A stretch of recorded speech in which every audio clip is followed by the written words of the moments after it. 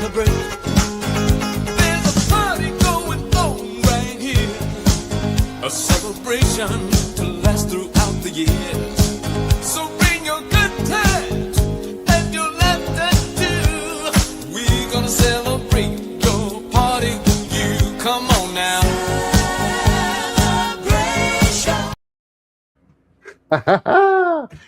Hello, everyone, and welcome to another episode of Shine with Curiosity and Encouragement podcast. I am your host, Stephen Urias. I really need to update that opening crawl because we are almost at 200,000 views on YouTube, which is, Matt, I honestly have a feeling we're going to make it with this podcast because that's great, man. That's great. 200,000. That's great, man. 200,000, man. We're pushing it up there. We've gotten triple-digit subscribers, and we keep getting more and more. But it's good to be back. We've been absent for the past couple of weeks with holidays and New Year's and just life, personal stuff going on. I'm like trying to get back into the swing of things. Like I'm not sure what to do right now. Oh, what a day! What a day! As many of the watchers out there know, I'm in Jacksonville, Florida, and the Jags lost today. Matt, in very controversial fashion. Controversial fashion. I can't believe people aren't talking about it. There's controversy. I was actually shocked that Tony Romo was on Josh Allen's, not to be inappropriate, but he was on him like a man crush. Like I'd never heard anybody get on a man crush before. Yeah, it was definitely Patrick Mahomes-esque in the Josh Allen love. It was kind of ridiculous. I mean, the Bills figured out a way to pull it off, but definitely some controversy when it came to Josh Allen getting picked up and carried near the end of the game. That's definitely a rule in the NFL rulebook that's not legal. So it was disappointing seeing them allow that to happen. But the Jags kind of did it to themselves by, we talked before you got on about not going for that field goal early. You've got to take take those points whenever you can get them, especially against a team like the Bills. You can't be giving them up, and they kind of paid the price. Yeah, exactly. Oh, looks like we got a fan here. We got Hunter Vogel saying "Sup, fool." We just talking about football? No, we're not talking about just football, but just right now for these 30 seconds, that's what we're talking about. Exactly. We're starting off going football, just simply because that's what was going on at the moment. But, everybody, this is Matt Knowles. Matt is one of the coolest, most funnest, awesome people I have ever had the privilege of talking to, meeting with. He's got projects out there that are coming up that he's gone through. If you're a nerd like me, this interview is going to be the best. It's going to really be the best. So, Matt, why don't you take a moment, introduce yourself to our viewers, and let us know more about you. Sure. My name is Matt Knowles. I'm one half of Symmetry Creations. If you go back just a little bit in the on the YouTube shows, you'll see that Steven did an interview with the other half of Sim, STEPH CANNON. I'm in Florida. She's in California. We do a bunch of different titles. We've got 5 different comic titles that we do. I'm also a metal musician, so there's metal music that ties into our different titles that we have.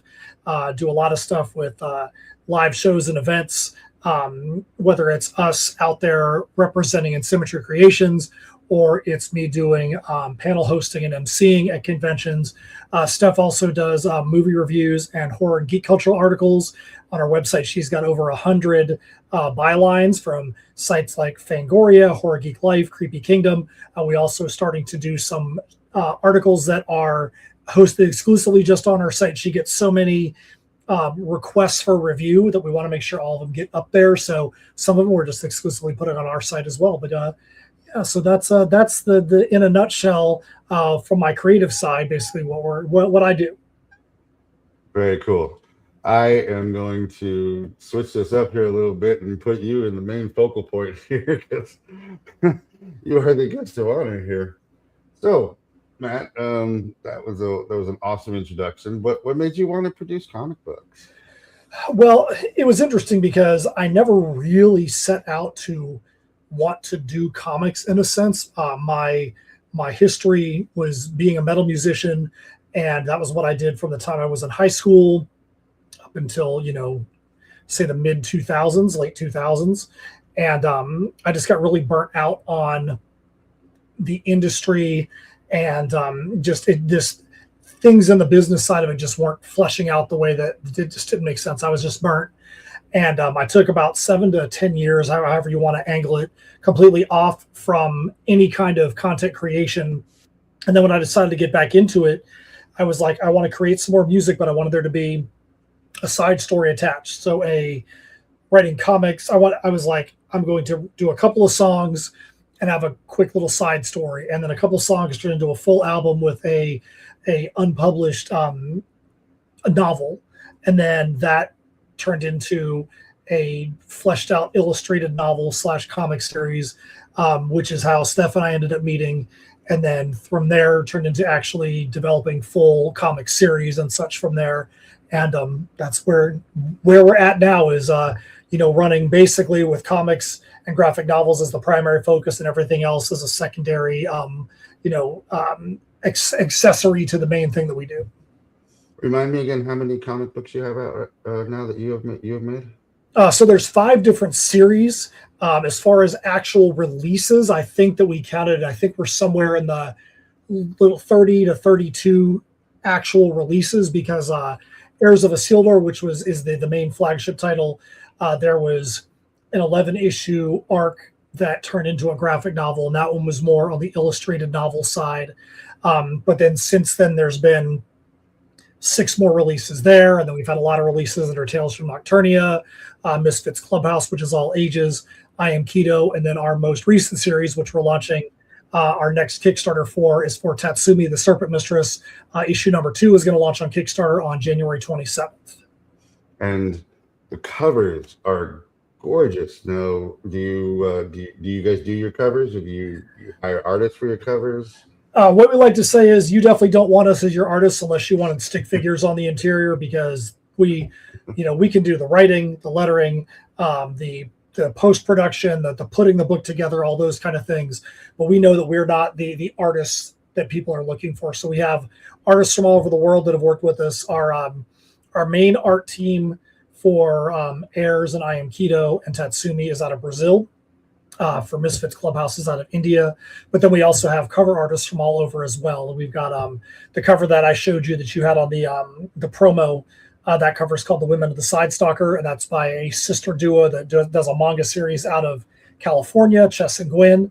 I've lost count now. I think that's maybe the 8th cover that they've done for us. Nice. And there's going to be whole tiers in this campaign just designed around Chess and Gwen covers, because they did a cover for I Am Keto. They did one for Tatsumi number 1 and Tatsumi number 2. So if somebody's like, hey, I really want their cover art for this extended universe, we're going to have a tier for them. We're going to have a tier for Alessandro and Alan, who's our main art team. We're going to have another tier that's going to be for specialty cover specialists that have come in that have done a cover here or there. We're going to have a tier for just those guys as well. So we're going to make it so somebody really wants to get their hands on a bunch of stuff from a specific artist, they're going to have an easy way to be able to do it in the campaign. Definitely. That cover that you let me share for the promo, I really want that as a poster, because it's so good. Yeah, we were really, really happy with the way that came out. Chess and Gwen do an awesome job.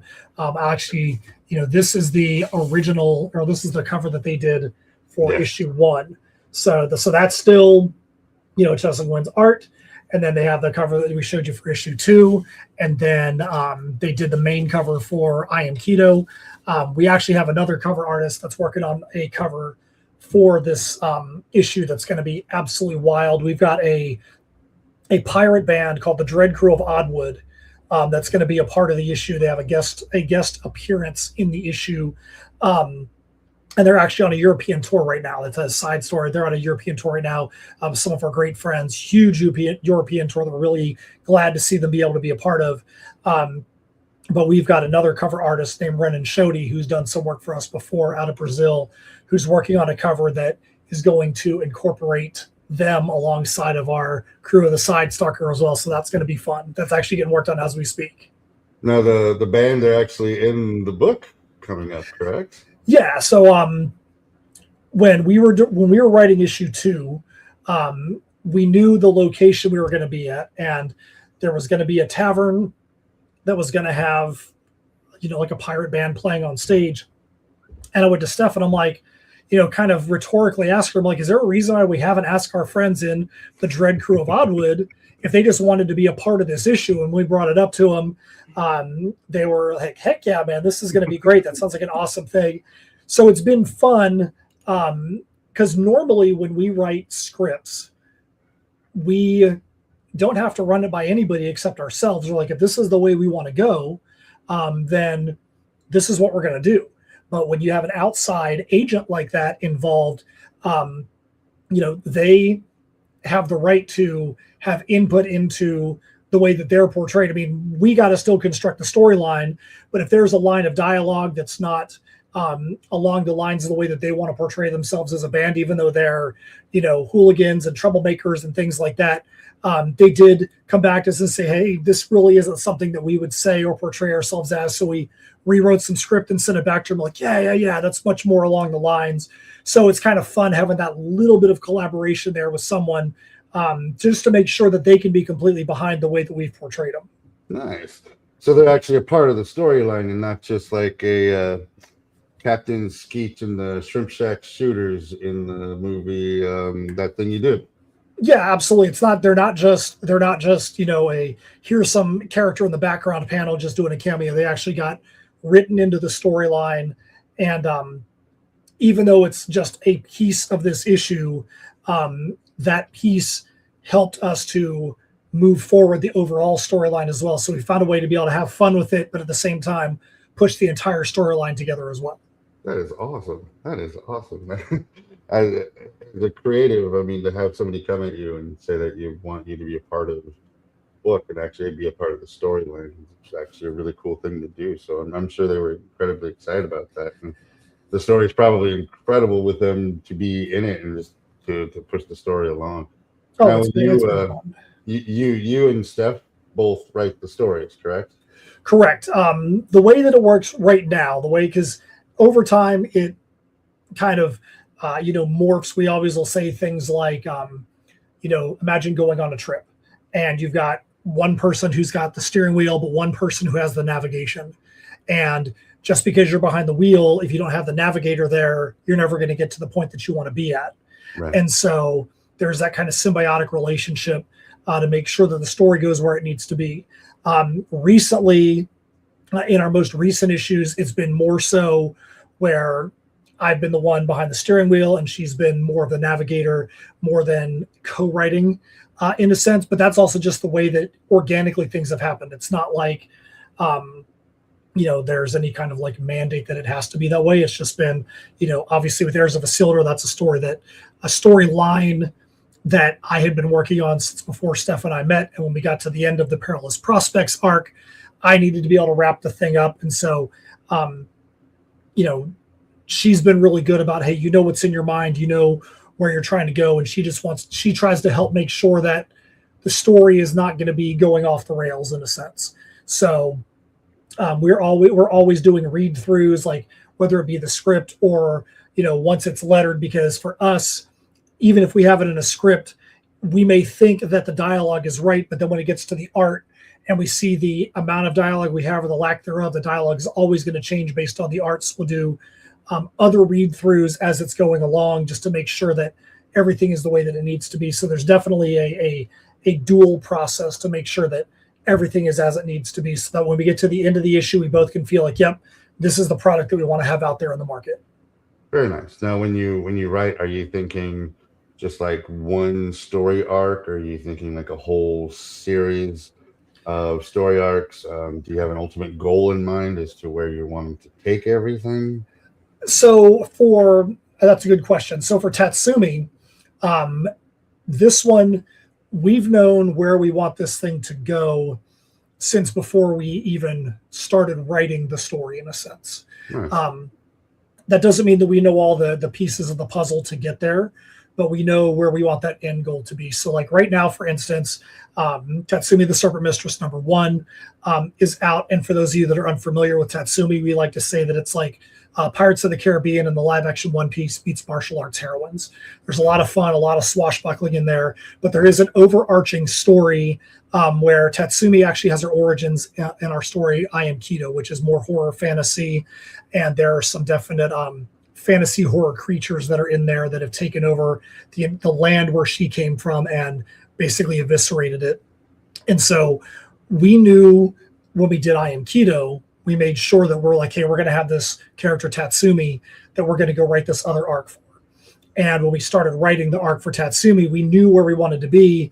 And we even said, oh, maybe it's going to be 4 or 5 issues. It's going to end up probably being a 6-issue arc, because as we started to really plot it out, we've seen that we needed to give some more room for certain spots to breathe. We want to make sure there's fun set pieces in each issue that are unique to that issue while also continuing out the overarching story. We wanted that to be very important in our construction, because normally we've not been writing in single comic form. What I mean by that is I've got a copy of one of our Heirs of Isildur issues here.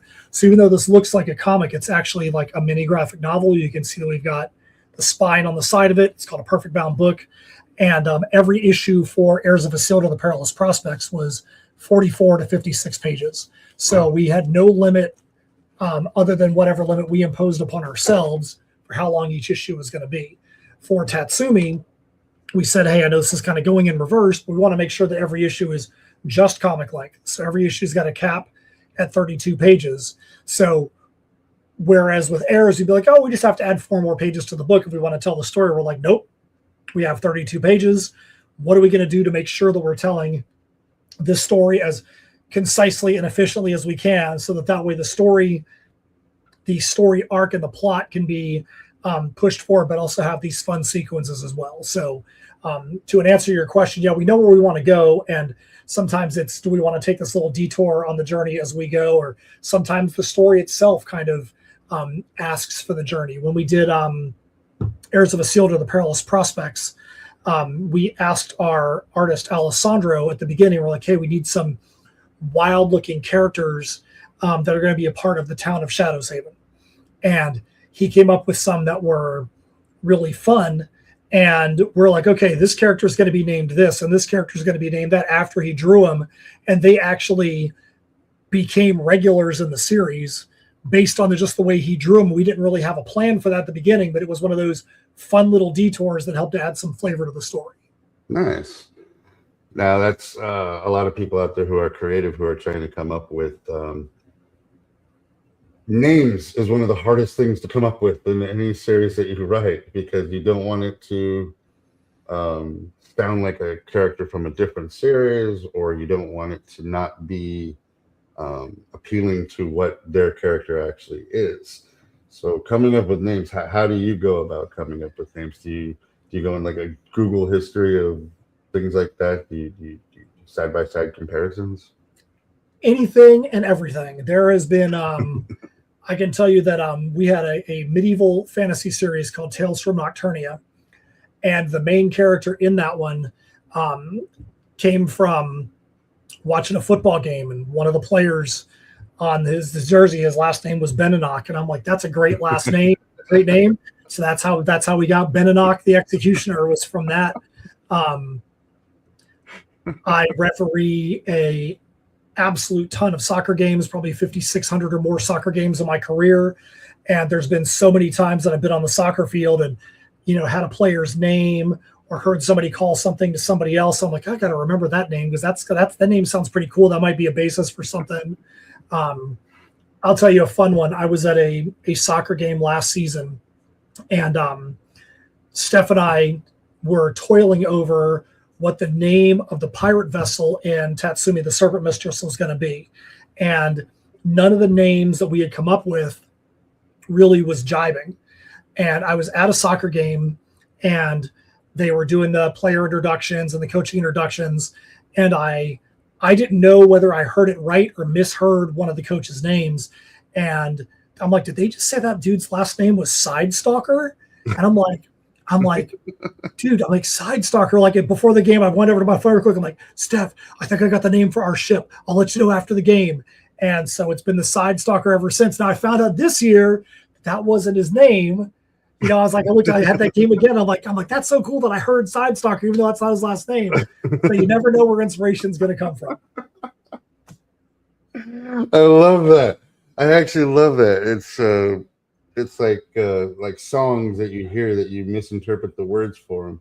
You'll always know that, but then as soon as you hear what the right words, it's like, no, that doesn't sound right. That's not proper. And Side Stalker is actually a really cool name for it. Did you ever find out what his name actually was?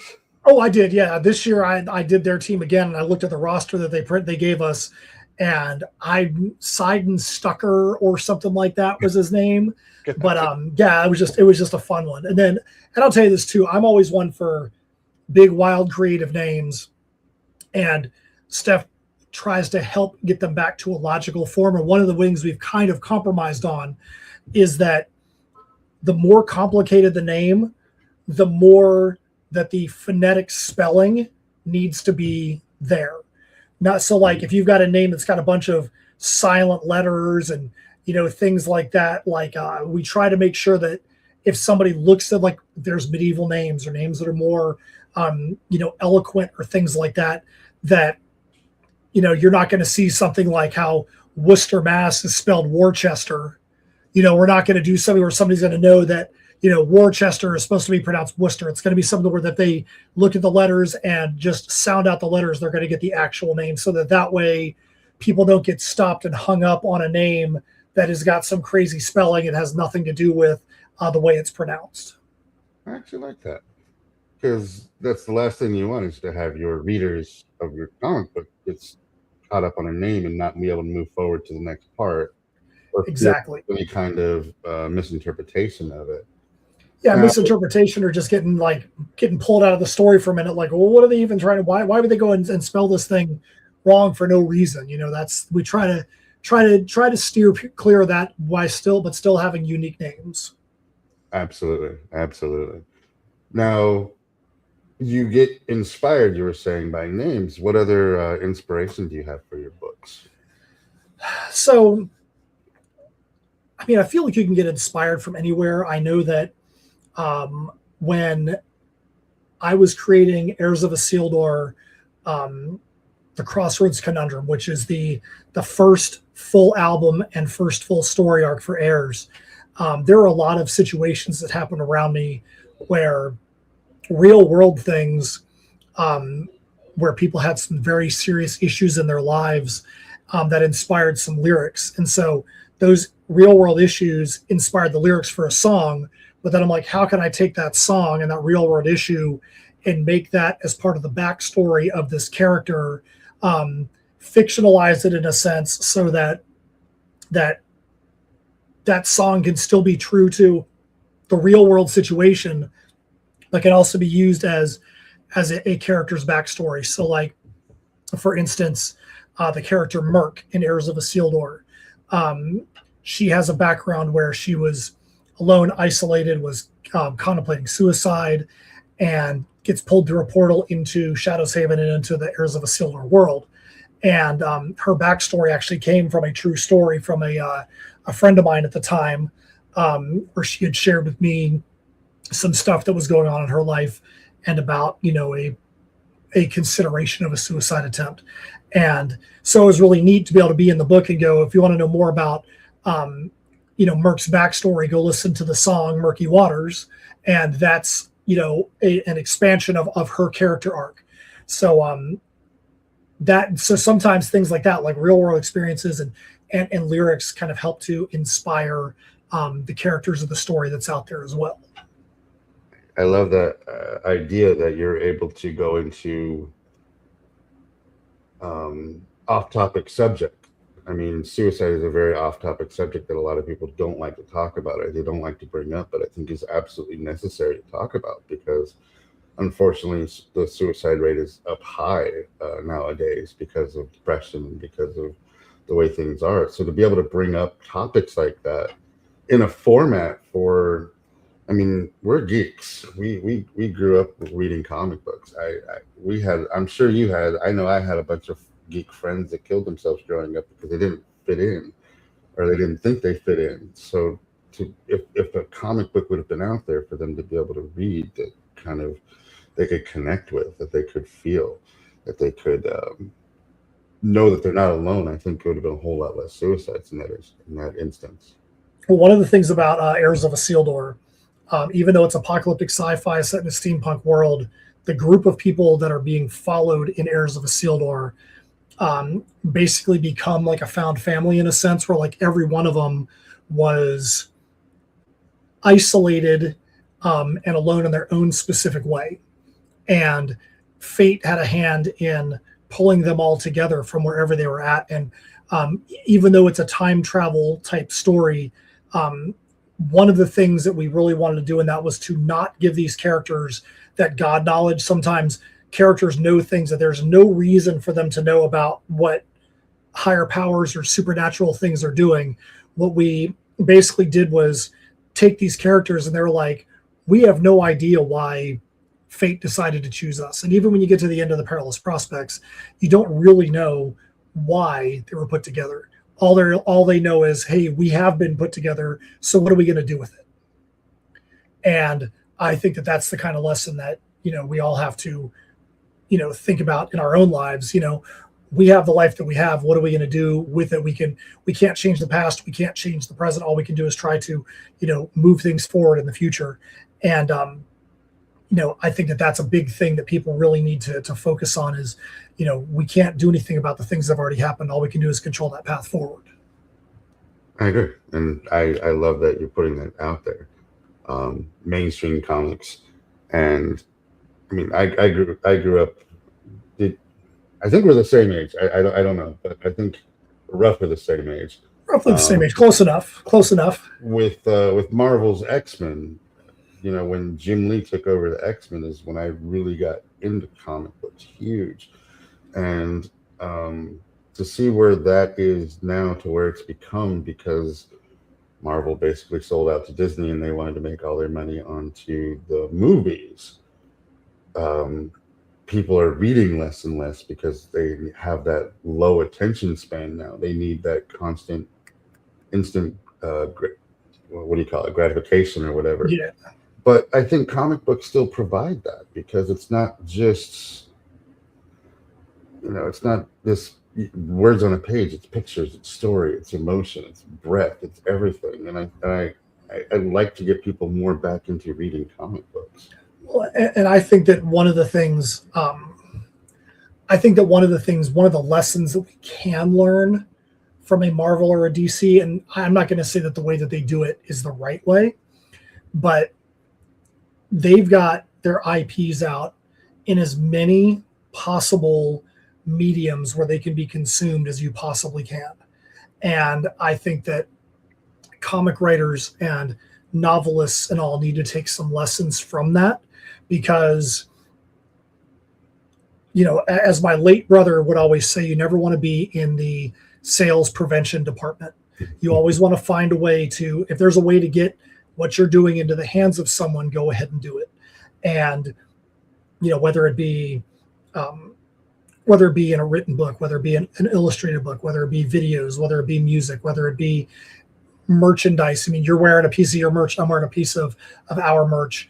There may be somebody that doesn't care about books, but they love the design of your shirt, and they go and get that shirt, and then 6 months later, like, hey, I wonder what else is behind what's on this shirt, and that may be their gateway into reading your story.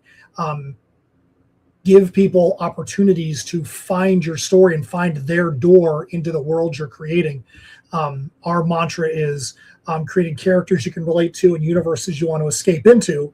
And so we want to give people whatever pathway to get into that universe that they possibly can. That is fantastic advice. That is fantastic advice. That may have to be my resolution for this year. I still haven't come up with a resolution this year, so that may be it. Be discoverable. Put yourself out there so that people can find you. I mean, that's exactly right. That's exactly right. The less steps people have to go through to get to you, the more chance they're actually going to take those steps to get to you. Because if you make it so difficult, they're going to go on to the next person that's a lot easier or is more in their face to be able to go in and get that thing that's easier. I love that. Now, one of the pros about being a comic book creator is you get to go to Comic Cons. Absolutely. You get to go to Comic Cons all over the place. And we're friends on social media, and I see all of these pictures and moments of you and Steph at cons. It is like the coolest stuff out there. I get like so 12-year-old schoolgirl when I see you guys on doing cons. So what is the biggest and what is the best part about going to the cons? Well, I'm going to give you two different answers on this one because there's completely two different sides of this. The first on my first answer is going to be when you go to a show and you know that you've made a connection with someone that's there. We have a couple of guys, we just call them the boys, that are some big supporters of us in Shreveport, Louisiana, a big show we go to up there. And the first time we met them, they came up to our booth, and three Southern boys, down home kids, kind of thing like that, early 20s, late 20s. And they're like, yeah, we're going to come back. And they walked around. About 40 minutes later, they came back to the table and they were like, we're going to get some stuff from you. We want to make sure we support you because we walked all the way around this whole building, and you guys are one of only like 2 or 3 people that actually took the time to speak to us and make it feel like that we actually mattered, that we stopped at your booth and we actually mattered to you guys. And I'll never forget it. The one guy, Matthew, he's like, I can't wait to go read this. He's like, I'm just a simple man, but I'm sure going to take a look at this. And that was literally what he said. And he came back the next day and he was like, well, yes, I really love the juxtaposition of this and that in the story, and the way you did this and the way you did that. And we're like, dude, don't ever doubt your intelligence again, man. Like, you picked up on so many things in that issue that we hoped someday that one person would pick up on, and you picked it up in one night. I'm like, dude, you did it. I'm like, we were blown away. And we've kept that relationship with them. We've seen them multiple times at the show.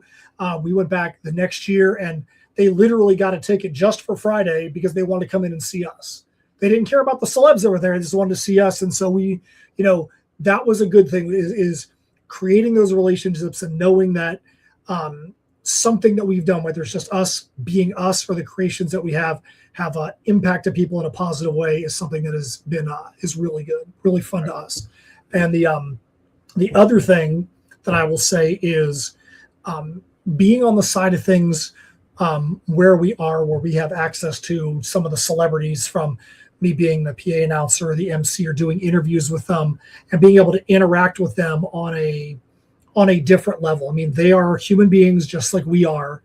And it doesn't matter if it's Howie Mandel or Kevin Smith or Danny Trejo, or the people from The Boys or Scream. And I'm not trying to name drop. I'm just saying, if you're looking at people from all over the spectrum of entertainment, when I get on stage with them to do an interview for that hour, we're equals.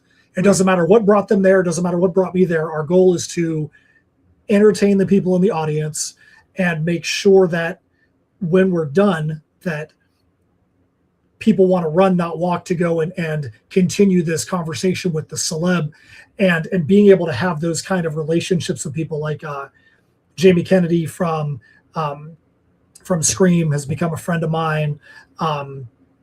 Efren Ramirez from Pedro from Napoleon Dynamite has become a good friend of ours. Just being able to interact with some of these people and just be normal, be real with them, and not like put them on a pedestal and see how they react. They're just like, they like to just sit down and just have a fun time. Alan Tudyk was somebody that we had a chance to spend some time with, and that guy was one of the funniest dudes that you'll ever meet. Just, Alan Tudyk we saw him the first day at one of their shows. We're in the green room. He's like, just want to let you know that I'm going to go on the stage. I'm going to bring Alan Tudyk's bag of crap on the stage with me. And if somebody asks a good question, then I'm just going to reach into the bag. Whatever random thing comes out, they get something from Alan Tudyk's bag of crap. And we're like, okay, this is going to be great, because we were just laughing hysterically at some of the things he showed us. So we get on the stage, and his bag of crap was like things from like, hey, this is a wallpaper sample from my house that we didn't go with. He's like, I'm going to sign this. Here, you have a wallpaper sample. Then it's like, hey, here's my string of lanyards from Dragon Con. And he's like, So somebody gets my actual set of lanyards, and he's like, hey, here's page 1 of the Rogue One script from before it was even called Rogue One. So somebody out there literally got Alan Tudyk's actual first page of the Rogue One script when it had a secret name on it. I'm like, so you never know what you're going to get, but just being able to be a part of those kinds of crazy experiences is something that that it's just been a great fun time, and fortunate to be able to be a part of that. I love that. Alan Tudyk rocks. I have a wash from Firefly figure signed by Alan Tudyk, and he wrote, "I'm a leaf on the wind." And I'm like, why are you going to write the last thing you said on screen on a toy here, man? Come on, no. but it was so cool to have that sign and have him put "I'm a leaf on the wind" on there. So I love Alan Tudyk, and a lot of people don't even know how many things he's been in, given his voice to, or even starred in. He's one of the best characters out there. The evolution of your con, from your first con to your last con last year, where do you think is the most changes in there? So I would say that's a great question. So I would say we went back and we did our end of year 2025, and we looked at the number of events that we had been a part of. And an event can be anything from a comic book store signing up to a large 3 or 4 day convention.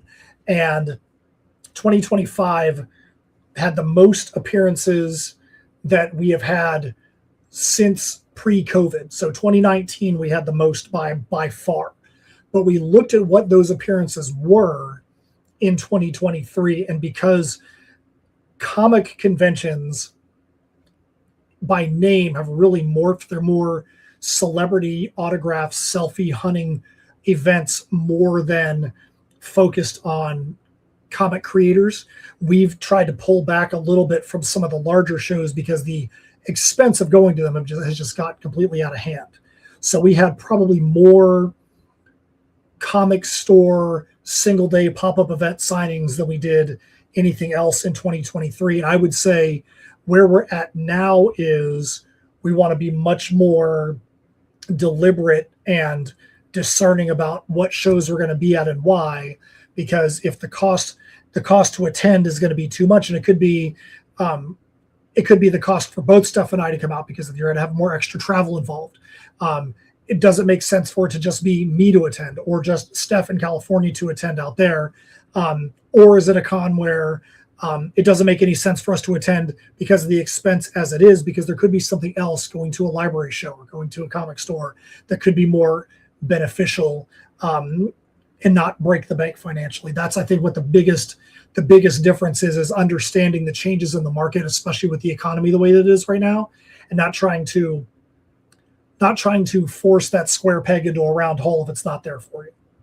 Is the ultimate goal just to make more sales, or is it to move on something different? Well, with any business, you have to have sales, especially when you're having to deal with paying for artists or printing up merch. You have to be able to keep the financial end flowing. And when that well runs down, I mean, an artist is not going to do art for you just because they like you. A printer is not going to print up a stack of books for you just because you're a cool dude. I mean, you have to be able to have that transactional relationship with them. But in the long run, it's the cycle. You need to be able to get some kind of product into people's hands so that, one, you can fund the things you're doing, but two, you want to see those people come back to you because they appreciated what you did in the first place. That's something. If you want to say what's our ultimate goal, is to see these people that are repeat returners. Like we did 5 crowdfunding campaigns last year, and people don't understand how much of a photographic memory both Steph and I have when it comes to people that back our campaigns. Every single time a name comes in, we're like, dude, this person just backed us again. That's awesome. They were a part of 5 campaigns ago. We recognize the name and we celebrate that. If it's somebody that's brand new, we're like, dude, this is a brand new person. Where'd they come from? Celebrate that name. So like we even tell people, hey, when we write them, we thank them for backing. We're like, hey, we saw your name come back in, and we're always excited to see that name come back, to see your name come back in. And one person was like, I didn't know my name was that memorable. And we're like, hey, we really pay attention because we know that if you are backing our product, you're investing your money, but also your time and entrusting us to create a product that is going to be worthy of your time and financial attention. So to see them come back is it's a good, I can't even think of the word I'm trying to say, but we know then that we've probably done our job in a sense, that that we've done something that has made them feel like it's worthy of their investment, so they're ready to come back again. So that helps motivate us to make sure that the story and the products we create the next time are at that level or better every time. That's phenomenal. Being the person who's running those campaigns and remembering people like that's what separates people who love doing this and people who are just doing this for a paycheck. When you have the love of doing something, you're going to remember the people who brought you in there. You're going to remember the people who read your books, the people who are going to come up to you at the cons or at a signing or at these and say, you influenced me, or you changed my life, or I love the way you write, or I love this character. It's those things that as authors and as creators and as creatives that we love. We just love hearing those stories. And you guys have so many cool stories of that. Just out of curiosity, where are you wanting to take these stories? Are you wanting to expand out the current universe, do new universes? So right now we're in an interesting spot because with the completion of Heirs of Isildur, the Perilous Prospects, which was the current arc for Heirs, that's left our schedule in a sense a little bit wide open. Like right now, we know we've got Tatsumi the Serpent Mistress, which is going to be the main focus storyline wise. We have a lot of super fun things we're able to explore in that story arc, the different things we're able to bring in. We've talked so many different times about different mediums that we might want to get our IPs into. I mean, games is always something, could it be a game? Could it be, who the heck knows what's out there, but things that we want to try to get our IPs into, outside of just telling these specific stories. Because if you're in a game or you're in it could be a board game, could be a deck of cards game, whatever it might be, you get to tell that story in a completely different way. So now that Heirs of Isildur, the Perilous Prospects arc is complete, we have a little more room to be able to think about where we go next when it comes to those things. We have some stories that we wrote, or we put some ideas down for when we first met. We were just like, every story idea we have, we're just going to put it down here. And we had 26 different ideas at the very beginning. And we literally just captured whatever and just have left them on a sheet. And there's times we'll go back and one of those ideas turned into Tales from Nocturnia, the medieval story that we have. One of those ideas was the spawning point for Misfits Clubhouse. But we have a lot of other smaller stories that are like one-offs that we have just had sitting on there. We're like, man, it'd be really good to come back to this one. It would be good to come back to that one. And, who knows, maybe in 2026, 2027, we start to explore those. But more so than anything, we just want to make sure that we're creating products along these IPs that are going to be the things that people want to get their hands on, so we can keep the IPs in their hands and fresh in their minds. Nice. Do you have a favorite property that you want to see produced into something else other than what it currently is? Well, Heirs of Isildur, obviously, just because is the flagship for me. I would love to see some kind of something, whether it be developed into some kind of animated series.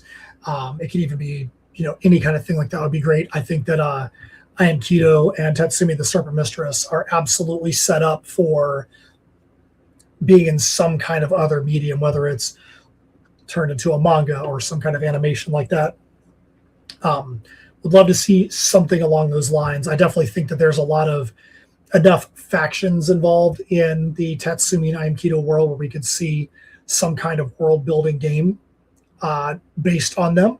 But we'll have to see, because we definitely would not want to put something out that would be half baked, or would be something where people are like, yeah, this concept is good, but the creation, the design of it is not as good as the original concept. So, we, like I said, we are really wide open to those things, but we definitely know that we don't want to just expand what we're doing just for the sake of expansion. We want to make sure it's very deliberate, so that way we know either A, we have an ability to market it online the way that we do through our crowdfunding campaigns, or it's something that organically would make sense being on our table at an in-person event. I can't wait to hear features on that, because I see you have a lot of different ways that you can go with it, and all of them sound really exciting. I hope to see that coming out. Now, when you do crowdfunding, crowdsourcing, you've had 5 successful ones, correct? Oh no, we've had 17. 17 successful. Right on. Yeah, we've had 17 successful ones. What kind of feedback? It might be actually, we've had 6. We've had 16 successful. We've run 2 more, so we've had 18 successful. We're about to launch our 17th. So actually, no, I'm incorrect. Shut me up. We have run 17 successful, because the one we did on Backer Kit is our 17th. We're about to run our 17th Kickstarter. Okay, so yeah, I just gave you a bunch of different numbers in there. So now we've run 19 successfully. We're about to run our 17th personal Kickstarter. So there we go. Love it. I love it. What kind of feedback have you gotten from all that? It's been good. It's been good. It's definitely tough, because a lot of the things that we do don't fit into the normal demographics for what is going to be the highest dollar making Kickstarter or crowdfunding areas. And we're not willing to compromise what we do to try and go fish after dollars that may not be congruent with what we want to do as far as writers go. But one of the things that we always really try to make sure of is, when you do a campaign, you're going to have multiple different levels of people that are going to back your campaign. You're going to have people that are just going to want to throw a couple bucks at it because they want to support your product, but they don't have the money to go heavy in. Steph and I will support a lot of Kickstarter campaigns, but we normally are going to go for the entry-level digital tier, because we want to make sure that we're supporting as many people as possible. We want to make sure that whoever's getting that digital tier is going to feel like their money is money well spent. You're going to have your in between, somebody that may get a physical issue, they might get a physical issue and some merch to wear. They might get something in the middle, and we want to make sure there's something that's going to be of value to those people as well. And then you're going to have your large backers or your whale backers that whatever you do, they're going to spend top dollar to get the plethora of items that you have in your campaign. And so we literally, every time we put a campaign together, look at every one of those groups, and we're like, if you're somebody that's just coming in to get the entry level, is there an entry level that's value? Is there a step up from that entry level that they're like, hey, I might want to get one thing plus a little bit more? Do we do that right? Do we have stuff that's going to be of value to that middle level person? And the people that are on the top end, they actually motivate us a lot too, because we're like, hey, somebody, like we've done regular covers and variant covers and homage covers and foil covers and metal covers and any kind of combination. We just started doing some wood engraved covers on our campaigns. And so, people like those things. They've responded to them. So in the campaign that we have coming up, you're probably going to see some variation of every one of those. You're going to have regular covers and foil covers and metal covers and a wooden cover as well, different levels of rarity on those things, because there's some people out there that want those things. And so if they want them, why would we not make them? If we can get them where we're not having to go, the key is to not make sure, you want a wood cover, you have to get a 50 or 100 piece minimum. No, we're not going to do that, because you're going to be sitting on most of them. We have a lot of basically buy purchase with some of our people. They're like, yeah, if you want 3 wood covers, good, I'll make you 3 wood covers. Let's do it. Very cool. Very cool. I want a wood cover. That's right. Awesome. That sounds awesome. what are some of the issues that arise in making a comic book come to life? Well, honestly, one of the biggest things is the financial side of it. The financial side of putting together a book is massive. The art production to get realistic art, high quality art, costs a great deal. Making sure that you understand that it's not just creating a book, that you have to be a marketer, you have to be a business person as well. I mean, there could be some days that you don't even touch a script because all you're doing is writing posts and doing other things.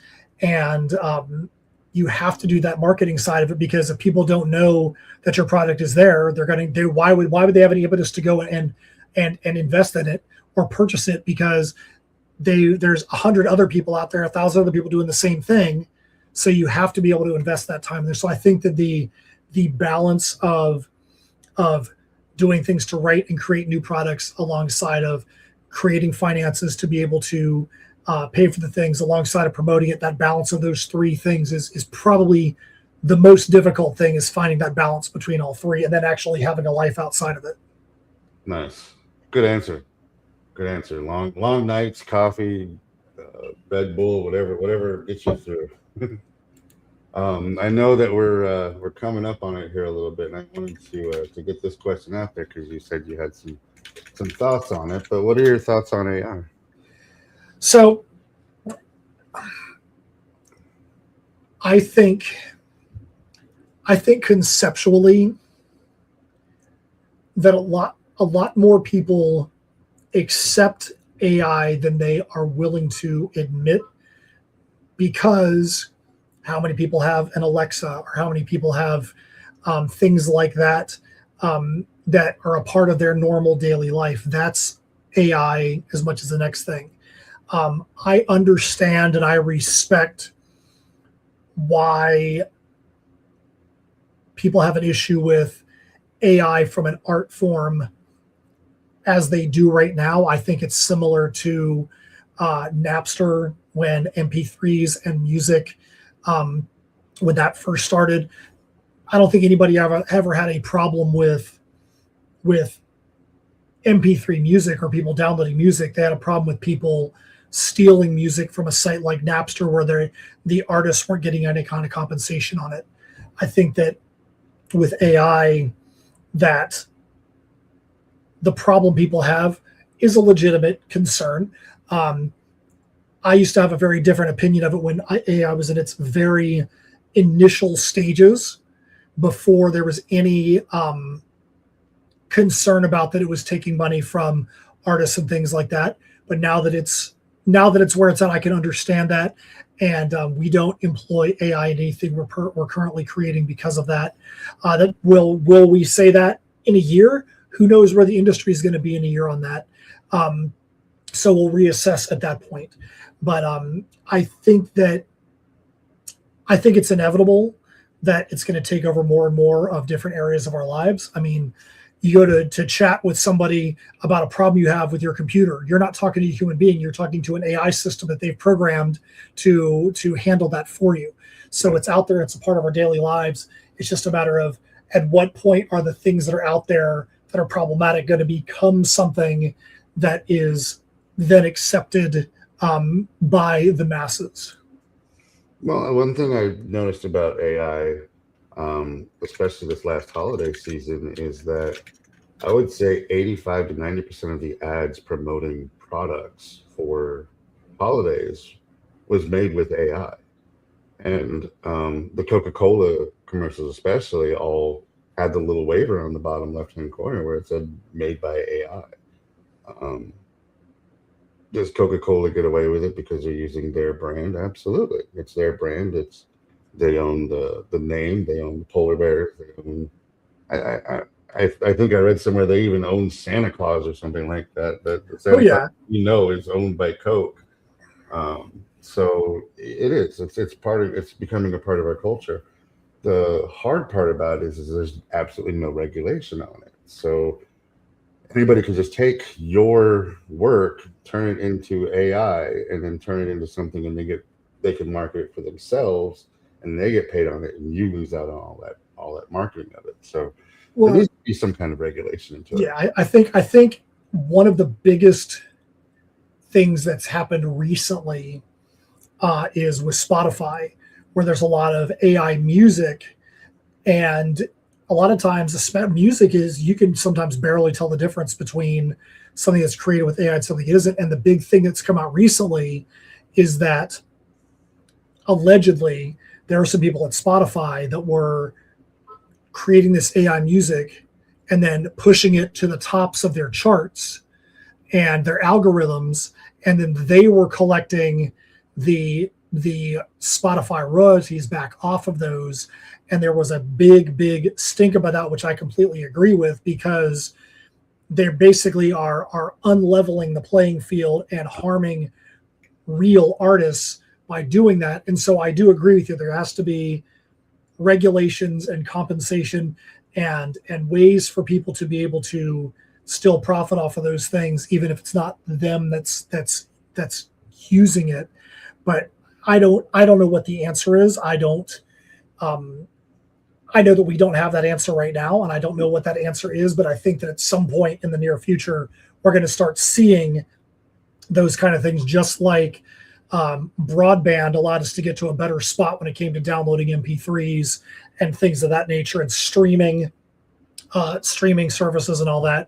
So who knows where we're going to be in 12 months to 24 months. We'll just have to see then if it's gotten any better. Agreed. But you brought up the perfect example of Napster. Napster would have not had anything happen to him if Metallica didn't step in there and be like, "Hey, this is our songs. We're not getting paid for them." And then once they stood up, then they had more bands follow up behind them saying, "Yes, this is wrong." They were the ones that rocked the boat, and they got regulation into it, and Napster eventually shut down on there. Oh, it has been a fantastic interview here, Matt. I didn't believe we've come up to almost an hour here. I know you got something to do, but before you go, is there anything you wish to share about? Oh, wrong question. Sure. So the most important thing right now, we're getting ready to launch Tatsumi the Serpent Mistress #2. This is the cover of Tatsumi the Serpent Mistress #1 right here. It is like Pirates of the Caribbean and One Piece beating your favorite martial arts heroine. We are super stoked about this upcoming issue. It's going to have a cameo appearance from the band The Dread Crew of Oddwood in it. We would love to have you become a backer of this campaign. It's going to launch on Tuesday, January 27th. You can go to tinyurl.com/Tatsumi2. That is TATSUMI and then the number 2, so that way you can follow the campaign and then become a backer and a supporter on day one with us.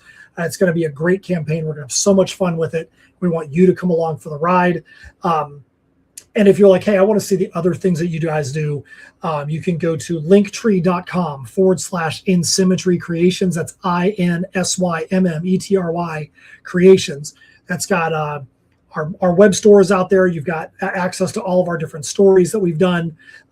You've got access to all the articles that Steph writes, things, movies, movie reviews, horror geek culture articles for sites like Fangoria, Horror Geek Life, Creepy Kingdom, some exclusive ones on our site as well. We've got metal music videos that are attached to them that are attached to our stories, and a whole bunch of other things as well. So once again, that's linktree.com/InSymmetry Creations. But most importantly, go up there to tinyurl.com/Tatsumi2 and become a part of the Tatsumi the Serpent Mistress #2 campaign with us on January 27th. That is the way to end the show right there, buddy. That was awesome. For everybody who subscribes to the channel, all that information for his websites are on the descriptions. Be sure to check him out on social media and sign up for the newsletter, because the newsletter is freaking awesome. I guarantee you will love that newsletter. Thank you so much. Thank you for coming on, buddy. Thank you for all the information you shared. Go to your thing. I'll wrap up the show, and reach out to me when you're done with your other meeting, man. All right, sounds good. Appreciate it. Thanks for having me on, man. You're welcome, buddy. Have a happy New Year to you, and we'll talk soon. You as well. Thanks a lot, man. Thank you. Wow, that was fun, man. Anybody who knows me knows I am a geek through and through. growing up, I was into geek culture back when being a geek was not very cool. And I'm still a geek. I still love sci-fi, comics, movies, just the whole geek culture of everything. And Matt there is one of the coolest guys I have ever had the privilege of meeting, talking to. And I can't wait to see what he has coming out with here in the future. Happy New Year to everybody out there. I want to thank you for watching another episode of Live with Curiosity and Encouragement podcast. And we will have some very cool news coming out in the next few weeks and some more awesome people to talk to. Have a wonderful evening. Thanks for spending your Sunday with me, and we'll see you guys next week. Ever dreamed of seeing your name on the cover of a book? As a book publisher, we understand the challenges of self-publishing. If you're lost in the process, wondering about illustrators, book coaches, or formatting issues, worry not. At Soul Sunshine, we're here to guide you. Let's turn your dream into reality. Contact us to get started.